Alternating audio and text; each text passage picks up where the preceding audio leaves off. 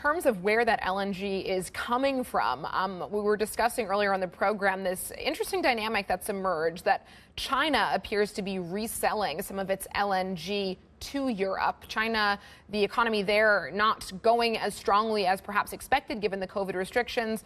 And they've got coal being produced in the background. It's a lot more economically attractive now given the prices of gas. What do you make of that dynamic that China is effectively coming to Europe's rescue in a way with this LNG supply? So this is good and bad news, right? So it is good news because at some point, at some level, this is markets working. So Europe, the entire world has an energy problem, but Europe is in a particular pickle. So the fact that Europe pays a premium for LNG, other countries then export their LNG or redirect their imports to Germany and Europe, and then use other sources. That's exactly how you would expect a market to work, and that's a good thing.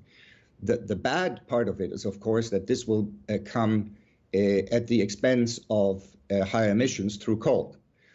So that is a very significant problem. And so, again, it depends on what China does in the longer term. So if this is a strategy to get through this winter, it would be a good thing. If it leads to a high reliance on coal over the medium term in China, it would be a bad thing.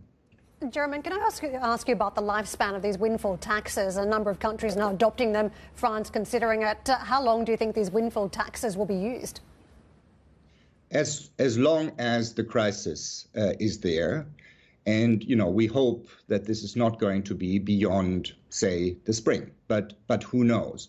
I mean, generally, the idea of windfall taxes is not one that most economists would like, because, of course, the investment proposition in renewables in particular, or in various sectors, relies on this idea that, if prices are very high, you can actually make a significant return. So then to have the government go and tax it away from you is not great.